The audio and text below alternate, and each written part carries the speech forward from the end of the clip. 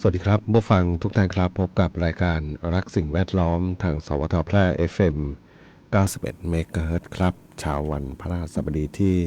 7 พฤษภาคม 2569 อยู่กับผมแสวงเป้าเพชรเป็นผู้ดำเนินรายการครับกลับมาพบกับท่านผู้ฟังกันเริ่มต้นกันในช่วงเช้าๆของการทำงานครับในสัปดาห์ที่มีการเตือนเรื่องของสภาพอากาศแปรปรวนนะที่จะเกิดขึ้นนะวันนี้เป็นประกาศฉบับที่4นะครับมีผลกระทบตั้งแต่วันที่10พฤษภาคมไม่ผิดนะครับเรื่องของสภาพอากาศแปรปรวนที่อาจจะเกิดขึ้นนะครับมีฝนตกมีฝนฟ้าคะนองเกิดขึ้นนะครับก็เป็นการเตือนกันเนาะเพราะว่าช่วงจะว่าต้นฤดูฝนก็ได้นะก็จะมีลักษณะสภาพอากาศแปรปรวนเนาะมีฝนตกฟ้าร้องนะพายุฝนฟ้าคะนองเกิดขึ้นนะครับบางที่บางแห่งนี่อาจจะที่เขาเตือนก็คือเรื่องของฝนกระจุกตัวเนาะเพราะเคยมีบางปีนะที่มีเกิดขึ้นทางอำเภอวังชิ้นนะที่ไหนอีกนะมีที่ทางจังหวัดเพชรบูรณ์เนาะหลายปีแล้วนี่เนาะเป็น10 ปีไปแล้วเนาะ10 กว่าปีแล้วเนาะฝนที่ตกลงมาแล้วก็มีน้ำป่านะไหลลงดอยมารุนแรงเนาะเสียหายกันเยอะแล้วก็มาเมืองแพร่เนี่ยจะมีอีกครั้งหนึ่งก็หลังสุดนี่น่าจะเดี๋ยวอำเภออะไรอำเภอรองเนาะใช่ไหมอำเภอรองเนาะที่มีขบวนรถไฟที่มีหัวจักรหัวที่มีรถขบวนรถไฟที่ตกรางนะถ้าจำไม่ผิดก็น่าจะอันนี้สัก3-4 ปีที่ผ่านมานะครับนะก็เป็นลักษณะของฝนกระจุกตัวนะตกลงมาแรงๆที่เดียวนานๆนี่ก็เอาเรื่องบ้างเนาะนะครับนะตอนนี้ก็มีการประกาศเตือนกันนะเรื่องของพายุฝนฟ้าคะนองที่อาจจะเกิดขึ้นวันนี้พบกันเช่นเคยครับกับช่วงเวลาของรายการรักสิ่งแวดล้อมท่านผู้ฟังที่ติดตามรับฟังอยู่ครับอยากจะฟังเพลงบทเพลงเพื่อชีวิตครับนะทางแฟนเพจก็พิมพ์คอมเมนต์ไว้ได้กับช่วงเวลาของรายการรักสิ่งแวดล้อมครับ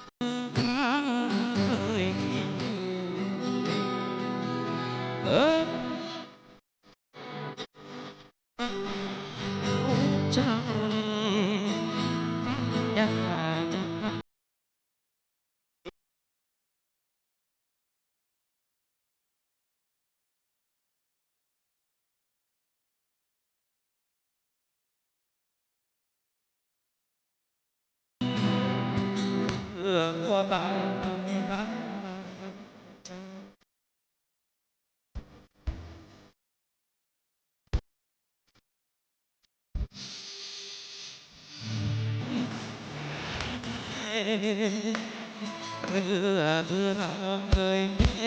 ไม่เห็นสร้างแม่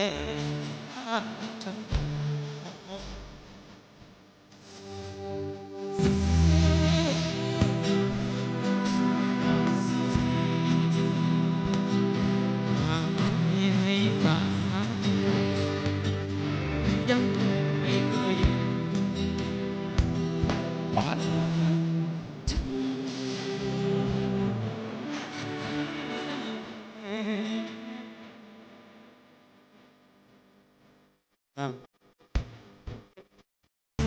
เนาะ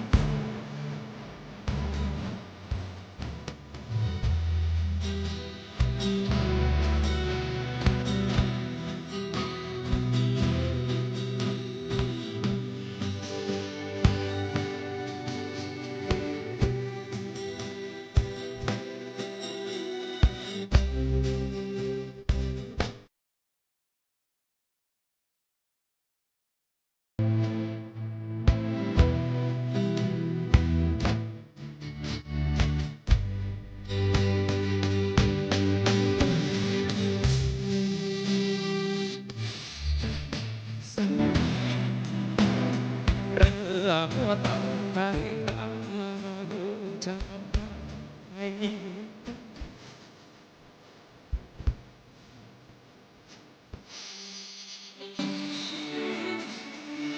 เล่เรื่องเย็นไม่สร้างเลยโอ้โห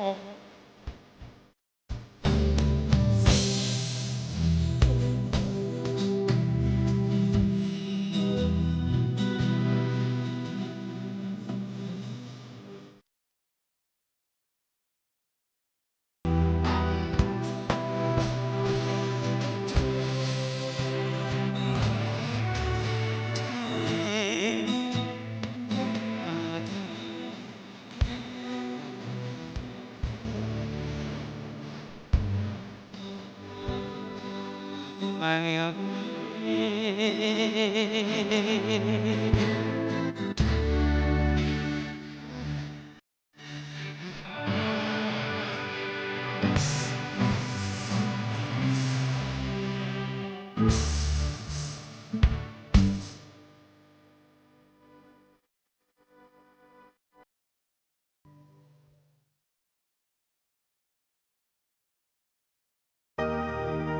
คุณกำลังฟังรายการรักสิ่งแวดล้อมพบกันทุกวันจันทร์ถึงวันศุกร์เวลา 9:10 นาทีถึง 10 นาฬิกาทางสถานีวิทยุกระจายเสียงแห่งประเทศไทยจังหวัดแพร่ FM 91 เมกะเฮิรตซ์พร้อมสวทกลุ่มจังหวัดภาคเหนือตอนบน 2 ถิ่นฟ้าล้านนาตะวันออก ให้โลกเราสวย พวกเรามาช่วยกัน รับรู้ด้วยกัน แล้วทำให้โลกนี้สดใส อยากให้โลกน่าอยู่กว่านี้ เป็นโลกที่เราฝันใฝ่จะสวยอย่างไร เป็นไปได้ด้วยมือของเรา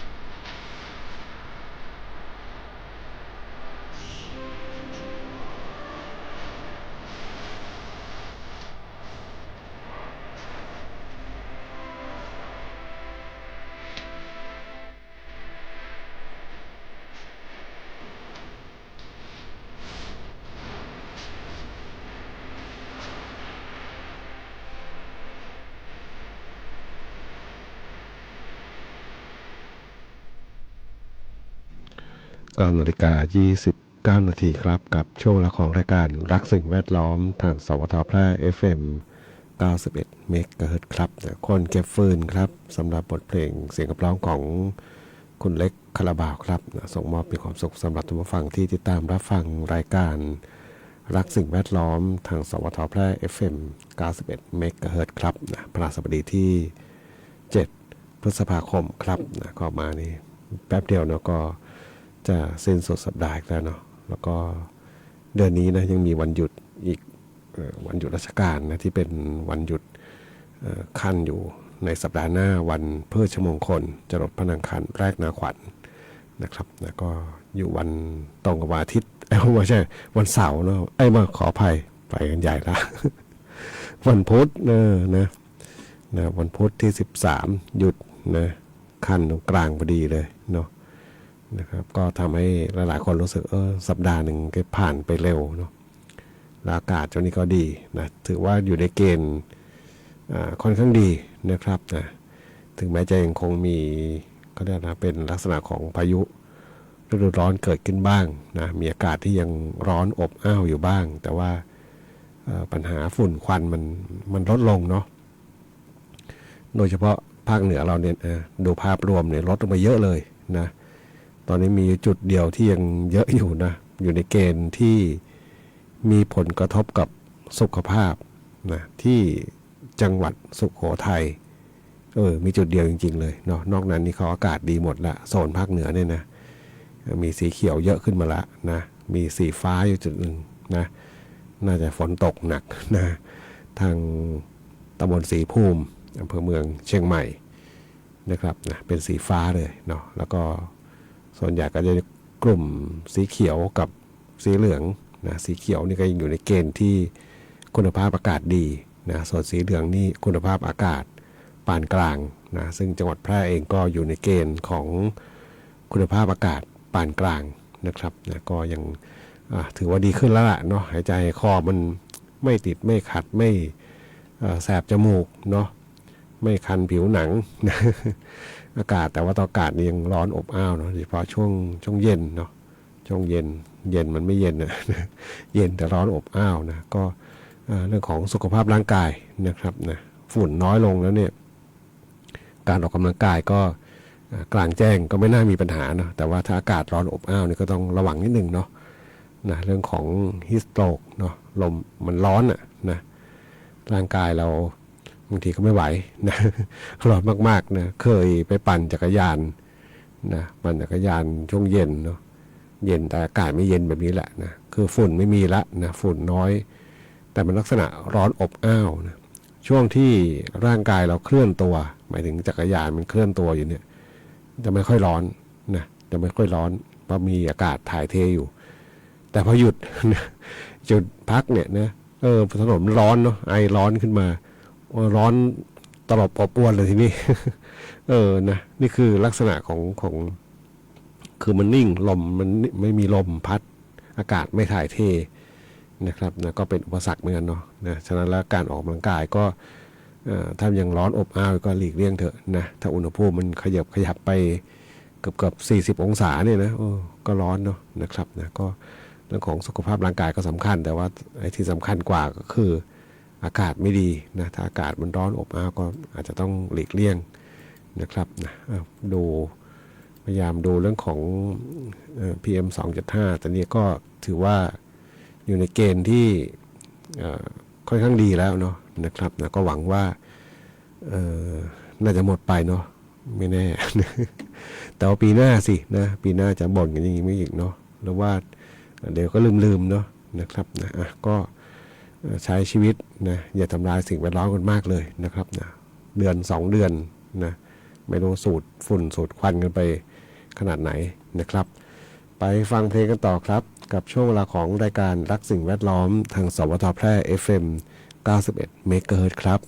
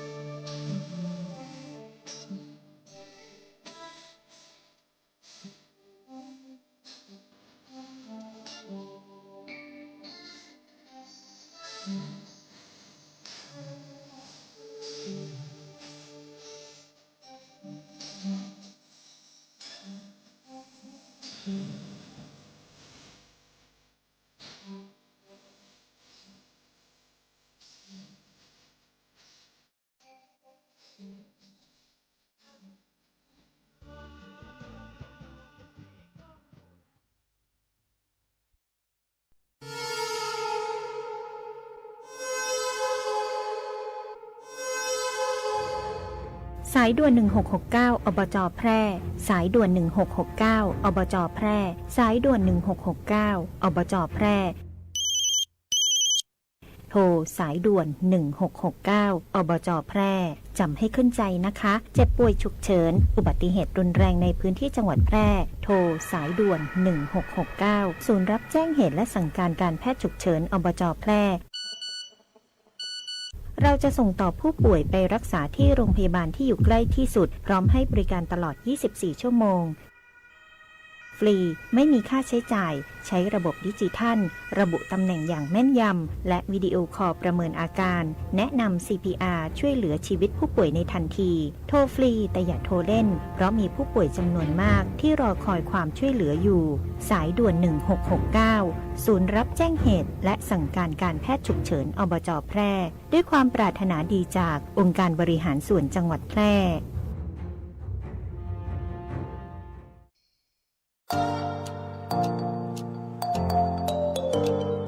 ถ้าคุณกำลังถามตัวเองว่าเรียนอะไรดีที่จบแล้วมีงานทำจริงเรียนอะไรที่ต่อยอดชีวิตได้ไกลกว่าห้องเรียนหยุดคิดไว้ตรงนี้เพราะคำตอบอยู่ที่วิทยาลัยอาชีวศึกษาแพร่ที่นี่ เราไม่ได้สอนแค่ให้รู้ แต่สอนให้ทำเป็นทำจริง และทำได้ในโลกอาชีพ เปิดรับสมัครนักศึกษาใหม่ ปีการศึกษา 2569 สำหรับผู้จบม .3 ม .6 และปวช .3 ครบทุกสายที่ตลาดต้องการ ทั้งการบัญชี การตลาด การจัดการสำนักงานดิจิทัล การจัดการโลจิสติกส์และซัพพลายเส้นคหกรรมศาสตร์ อาหารและโภชนาการ แฟชั่นสิ่งทอ ดิจิทัลกราฟิก วิจิตรศิลป์ การโรงแรม การท่องเที่ยว เทคโนโลยีธุรกิจดิจิทัล และเทคโนโลยีสารสนเทศ เรียนได้ตั้งแต่ปวช ปวส จนถึงระดับปริญญาตรี ระบบปกติและทวิภาคี เรียนไป ทำงานไป มีรายได้ระหว่างเรียน ที่สำคัญ เรามีสถานประกอบการชั้นนำรองรับการฝึกจริง และมีทุนการศึกษาอีกมากมาย รอคุณอยู่ อยากมีอาชีพ อยากมีอนาคตที่จับต้องได้ เริ่มต้นวันนี้ที่วิทยาลัยอาชีวศึกษาแพร่ เตรียมชีวิตจริง ให้พร้อมสู่โลกอาชีพ เรียนจริง ทำได้จริง มีงานรองรับ เพราะความสำเร็จที่ยิ่งใหญ่ เกิดขึ้นได้ที่วิทยาลัยอาชีวศึกษาแพร่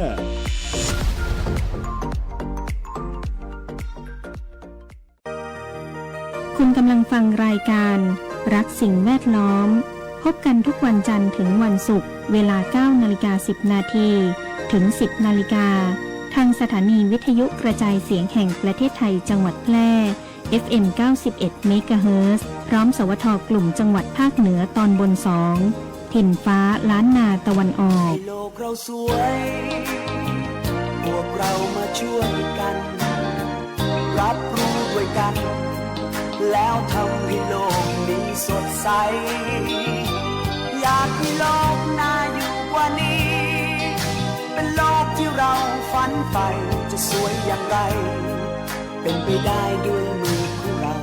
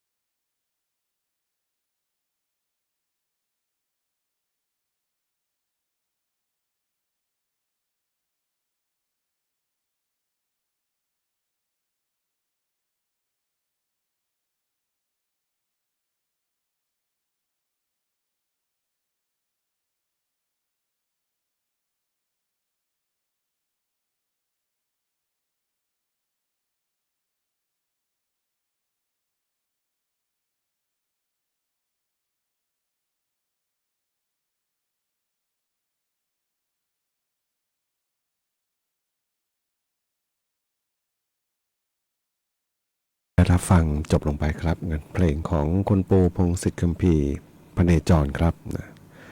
สำหรับงานเพลงเพื่อชีวิตในช่วงเวลาของรายการรักสิ่งแวดล้อมทางสวทแพร่ FM 91 เมกะเฮิรตซ์ครับนะช่วงนี้ก็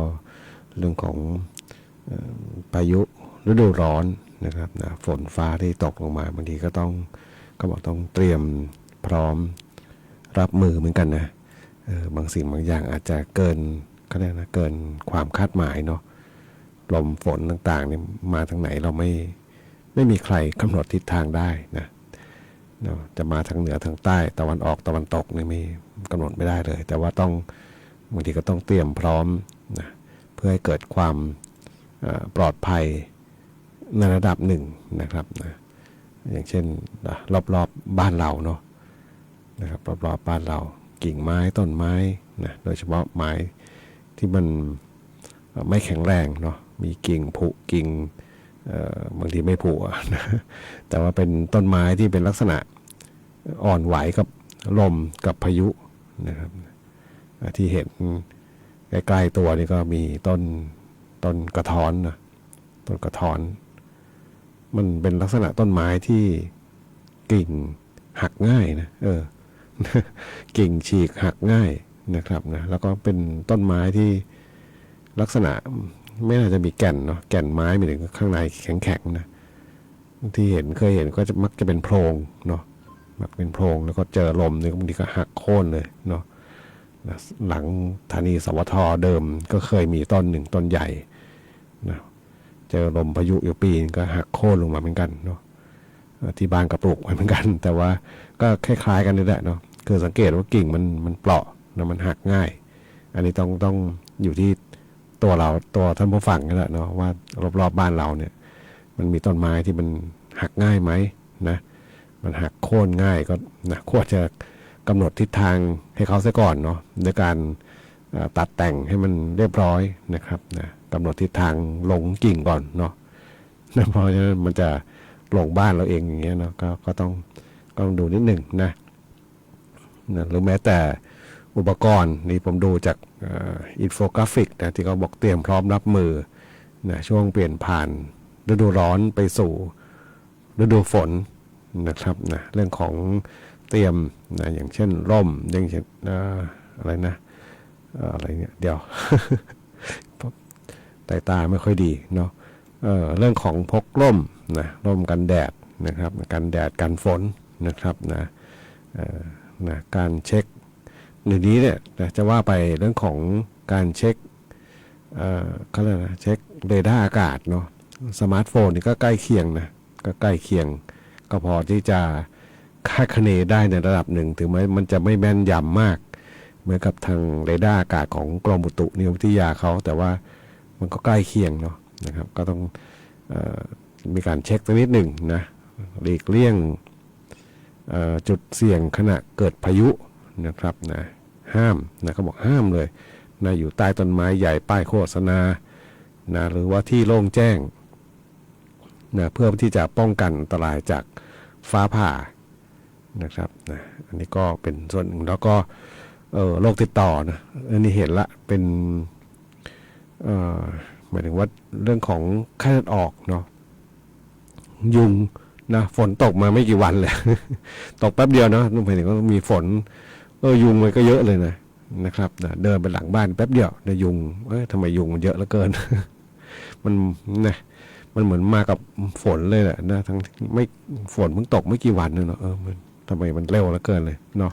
ก็ต้องป้องกันนิดนึงเนาะไข้เลือดออกยังไม่มียารักษานะครับต้องรักษาไปตามอาการถ้าเป็นนะถ้าเป็นก็ฝนมาก็เริ่มวงจรชีวิตโรคต่างๆก็เริ่มที่จะกลับมานะครับไปฟังเพลงกันต่อครับนะสำหรับบทเพลงสถาพรของน้าหมูพงเทพกระโดนชำนาญครับ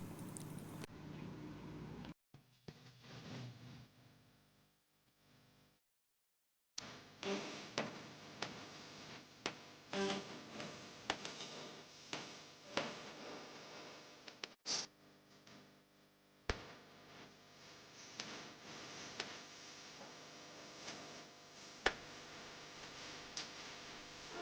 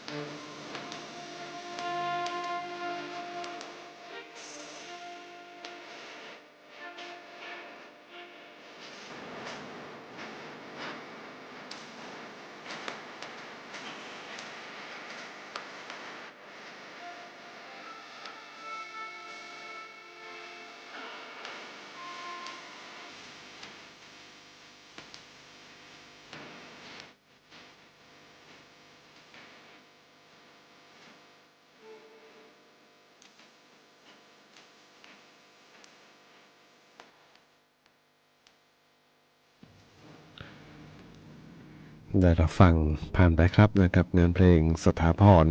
นะบทเพลงท่านผู้ฟังถามถึงกันมาครับในช่วงเวลาของรายการรักสิ่งแวดล้อม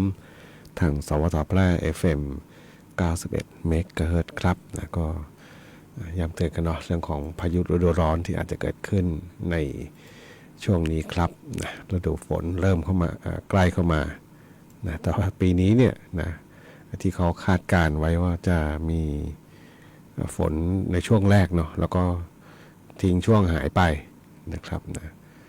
เพราะเป็นเข้าสู่ในช่วงเอนิโยนะจะเกิดความแห้งแล้งนะคาดการเนาะต้องใช้คำว่าคาดการนะแต่ก็มักจะใกล้เคียงเนาะนะครับอาจจะมีฝนช่วงแรกแล้วก็หายไป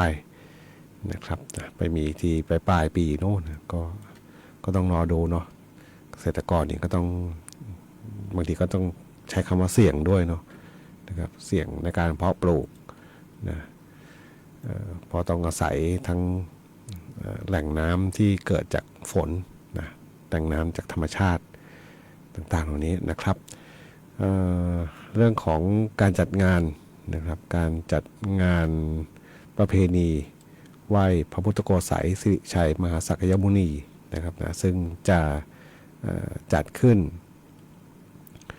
ระหว่างวันที่ 25 ถึง 31 พฤษภาคมนะครับนะ31 นี้เป็นวันวิสาขบูชานะครับนะ25 นี่จะเป็นพิธีเปิดนะครับมีขบวนแห่เครื่องราชการะทั้งหมดบอกมี13ขบวนนะพร้อมประกวดขนมเส้นน้ำใสนะครับ26 ถึง 28 นี่มีการแสดงวงปีพาทย์ลำวงย้อนยุคและการแข่งขันประติมากรรมลอยตัวนะครับลำวงมันอยู่ตรงไหนเนี่ย เนาะกลางเมืองเนี่ยไม่แน่ใจว่าแต่ว่าในข่าวมีกันเนาะนะครับนะมีการแสดงมินิแสงสีเสียงนะชุดตำนานวัดพระบาทมิ่งเมืองนะครับนะน่าจะอยู่ในสวนสุขภาพเฉลิมพระเกียรติไหมเนาะเข้าใจอย่างนั้นเนาะเพราะว่าอยู่กลางเมืองเนาะสถานที่จัดงานค่อนข้างที่จะคับแคบนะครับนะอะไรก็ตามเชิญชวนเนาะ25 ถึง 31 พฤษภาคมนะเข้ามาเที่ยวชมงานกันครับ